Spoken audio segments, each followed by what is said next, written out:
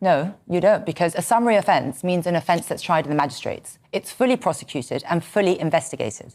You're talking about either way offences or that are tried in the Crown Court or the magistrates. What you've just seen isn't a heated exchange or a bad moment taken out of context. It's a basic question about law, process, and responsibility, and the instant that question required a clear answer, the confidence drained away. This wasn't an ambush, and it wasn't unfair pressure. It was the kind of question anyone claiming authority over crime and justice should be able to answer without hesitation. From this point on, the problem isn't tone or temperament, it's understanding. And once that understanding is missing, every answer that follows only exposes it further. Look, I agree with what Leila was saying about getting to grips with low-level crime and then escalating things from there. But what I don't understand is why all the Reform MPs voted against the Crime and Policing Bill. Because the Crime and Policing Bill, one of the things that it contained was to remove the legislation that made shoplifting under £200 a summary offence. So it actually was dealing with exactly the issue that Leila's just talked about. Not only that, it was doing so many other things about, violence against women and girls, stopping spiking, the stalkers element of which was, stalking protection orders. It was doing things like, and we've just heard today that the leader of Reform is talking against the online safety bill, saying that this is about freedom of speech, when actually what that is doing is trying to take away the ability of horrible people to put stuff about suicide directly to young girls. It's stopping children having access to violent pornography. Yet these are the things that the leader of Reform has today been speaking out against. Why did your MPs vote against the Crime and Policing Bill? So I don't know about the Crime and Policing Bill. I haven't read it in detail, but you mentioned that bill wanted to make theft under £200 from a shop a summary offence. It's already No, stop it. The legislation at the moment says it's a summary offence. We were saying, no, it shouldn't be a summary offence. It should be prosecuted in full. Do you know what a summary offence is? Yes. No, you don't, because a summary offence means an offence that's tried in the magistrates. It's fully prosecuted and fully investigated.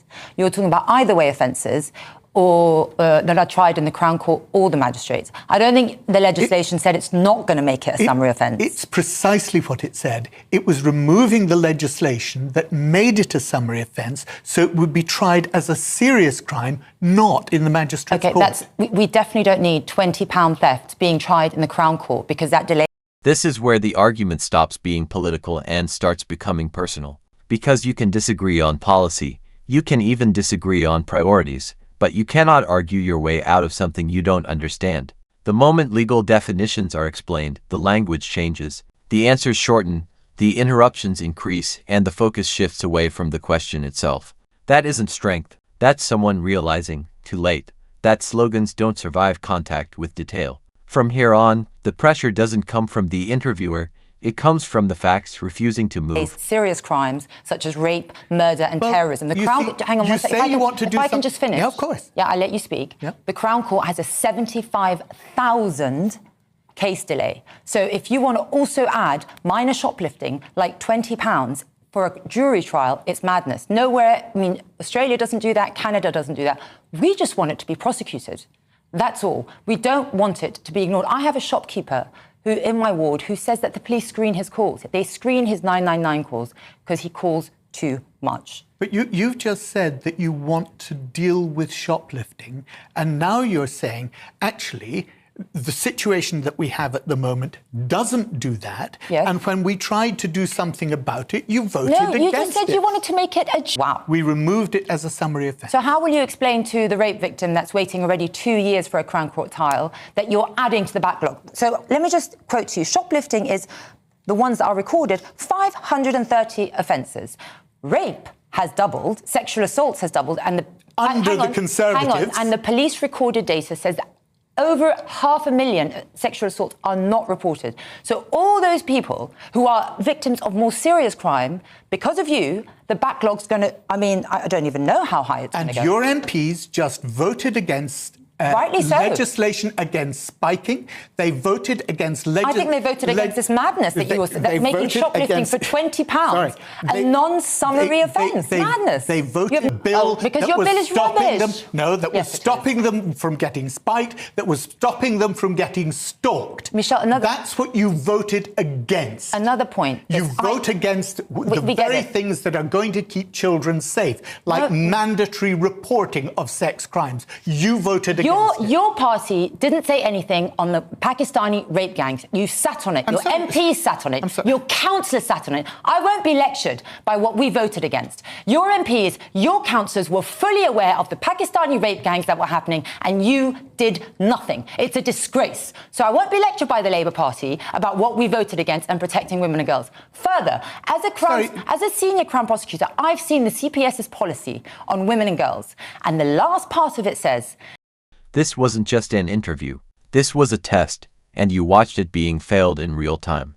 You saw the hesitation, you heard the contradictions, and you felt the discomfort every time the same question came back without an answer.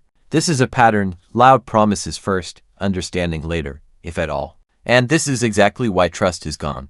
When politicians don't fully grasp the systems they want to control, they don't stop, they don't admit it, and they don't correct course. They talk louder and hope confidence can replace competence, but it never does. Running the justice system isn't about sounding tough on television. It's about knowing process, consequence, and cost. Tonight, under calm and consistent pressure, that knowledge simply wasn't there. So ask yourself honestly, is this incompetence, or is it cowardice?